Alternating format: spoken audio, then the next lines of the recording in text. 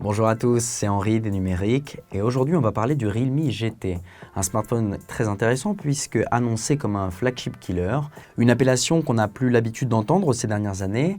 Alors est-ce qu'il la mérite? C'est ce qu'on va voir ensemble maintenant.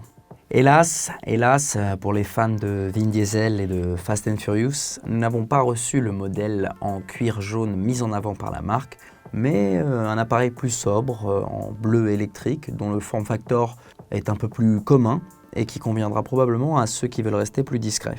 On se retrouve donc avec un design plutôt classique. La prise en main est assez bonne. Le dos en verre est joli, mais qui attrape néanmoins un peu trop les traces de doigts. Alors si vous mettez une coque, c'est pas très grave, mais si vous voulez profiter du bleu électrique, ça risque d'être un petit peu gênant. En termes d'ergonomie, on est sur quelque chose d'assez classique. C'est un smartphone plutôt léger, il fait 186 grammes, donc il se laisse oublier dans la poche. Les boutons tombent bien sous les doigts et le capteur d'empreinte sous l'écran est plutôt réactif.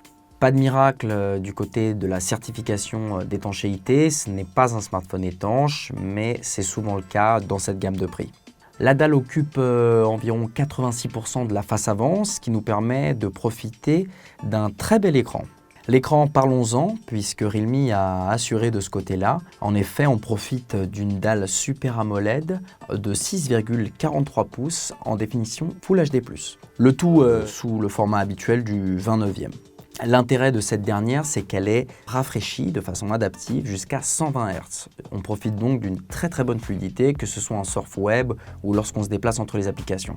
C'est quelque chose qui se démocratise, souvent à 90 Hz pour le milieu de gamme, mais effectivement, une fois qu'on y a goûté, c'est difficile de revenir en arrière. Donc c'est un très bon point de la part de Realme. Comme souvent, on vous propose et on vous conseille de recalibrer l'écran. En effet, lorsqu'il sort de sa boîte, on estime que la température est un peu trop froide. Dans le test, on vous explique comment et dans quel mode il faut passer pour profiter d'une température de couleur plus proche des normes de vidéo occidentales et d'un meilleur delta E.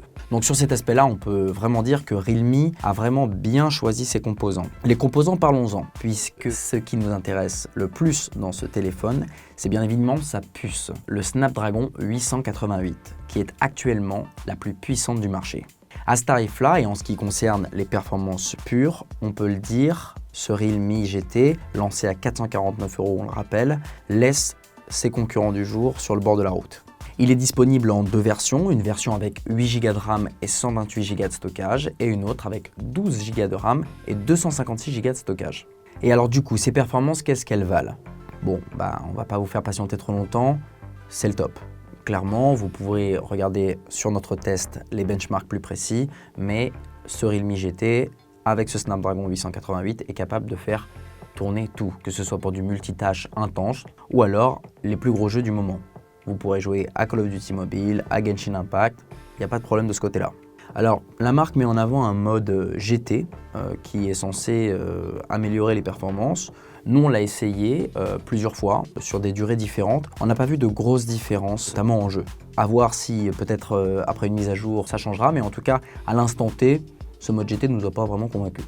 Mais avec tout ça, de grands pouvoirs impliquent de grandes responsabilités. Et ce Snapdragon 888 a beau être ultra puissant, il peut poser des problèmes sur l'autonomie ou la chauffe. Est-ce que ce Realme GT est vraiment touché par ces problèmes? Comme ses congénères équipés de la même puce, le Realme GT, une fois en jeu, il chauffe.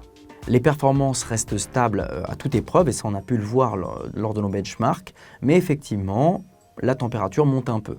Alors rassurez-vous, pas au point de vous faire lâcher le smartphone ou quoi que ce soit, d'autant plus que Realme a opté pour une conception originale. Le smartphone est équipé d'un système de refroidissement en inox. Ce dernier fonctionne plutôt bien, puisque une fois que le jeu est arrêté, effectivement la température baisse assez rapidement.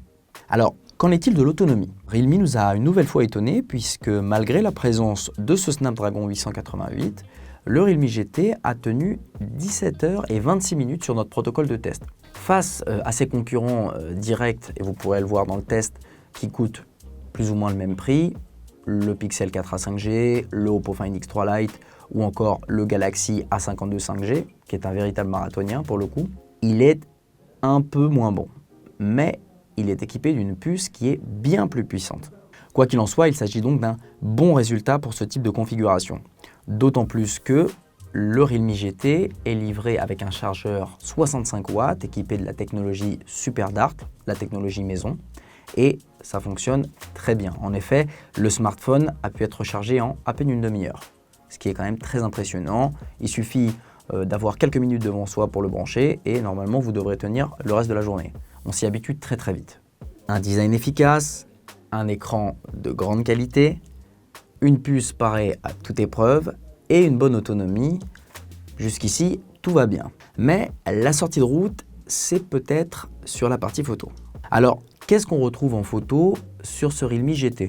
Une configuration honnêtement assez classique puisqu'on trouve un module principal de 64 mégapixels, un ultra grand angle de 8 mégapixels et un module macro de 2 mégapixels pour le coup qui est assez anecdotique. Donc on ne s'étonne pas de ne pas voir de téléobjectif puisque ça coûte un peu plus cher.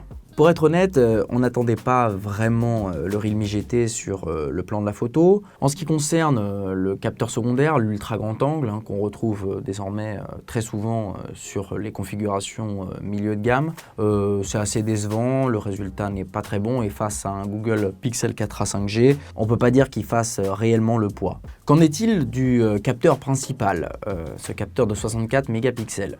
Alors, il faut savoir qu'il capture des clichés grâce à la technologie du pixel binding en 16 mégapixels, mais il est possible de choisir de les prendre en 64 mégapixels. Ce module principal se débrouille plutôt bien. Alors, nous, on déplore le fait qu'on estime que l'image est un peu trop chaude à notre goût, mais sur cette gamme de tarifs, on peut dire qu'il est dans la bonne moyenne.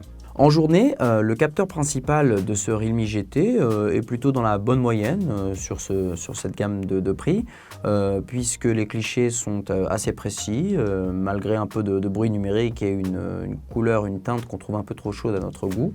Donc on est plutôt satisfait, d'autant plus que le Snapdragon 888 permet de mitrailler et de prendre un tas de photos sans ralentir et il les enregistre très vite. En ce qui concerne le mode 64 mégapixels, c'est plutôt une bonne surprise aussi. Souvent, ce mode ne sert qu'à plus ou moins recadrer une grande image. Et là, dans nos labos, on a noté un vrai gain de définition. Et on vous conseille donc de l'utiliser, même si évidemment, fatalement, les photos prennent plus de place. De nuit, comme souvent, ça se corse. Le bruit numérique augmente, le lissage se renforce. Et on a beau toujours pouvoir admirer, voir la scène, c'est quand même nettement moins exploitable. Et là, pour le coup, que ce soit en 16 ou en 64 mégapixels. Et la vidéo dans tout ça ? Bon, sans surprise et surtout avec une puce pareille, il est possible de filmer en 4K à 60 images par seconde. Néanmoins, c'est uniquement en 1080p qu'on pourra profiter de la stabilisation vidéo. C'est un peu dommage. Alors en conclusion, flagship killer ou pas ? On est tenté de dire oui. Déjà parce que les smartphones qui ont détenu cette appellation n'ont jamais réellement brillé en photo. Et aussi parce que, effectivement, au vu de cette fiche technique, et on a pu voir que tout fonctionnait bien, malgré un peu de chauffe, ce qui est un peu normal pour ce genre de puce, le Realme GT propose à un prix plancher des caractéristiques très intéressantes. Dans cette gamme de prix, rien ne change vraiment pourtant. Ceux qui cherchent un photophone se tourneront très probablement vers le Google Pixel 4a, qui dispose d'une puce bien moins puissante. Et ceux qui veulent de l'autonomie avant tout, ils auront une tendance à plutôt s'orienter vers un Galaxy A52 5G. On rappelle évidemment que tous ces smartphones sont compatibles avec la 5G. En conclusion, qu'est-ce qu'on peut dire ? Ce Realme GT, il a quand même obtenu 4 étoiles sur 5 après un passage dans nos labos. Effectivement, c'est la partie photo qui nous a un peu plus déçus. C'est pas forcément étonnant puisque c'est quand même souvent le cas pour les appareils dans cette gamme de prix. Le prix, parlons-en. C'est un smartphone qui est lancé à 449 € dans sa version 8 Go de RAM et 128 Go de stockage. C'est déjà un prix plancher, mais on sait que comme la majorité des smartphones, et notamment les smartphones chinois, ça risque de baisser. Et effectivement, si on commence à s'imaginer que ce Realme GT puisse coûter encore moins cher dans quelques mois, ça risque d'être difficile de lui trouver des concurrents.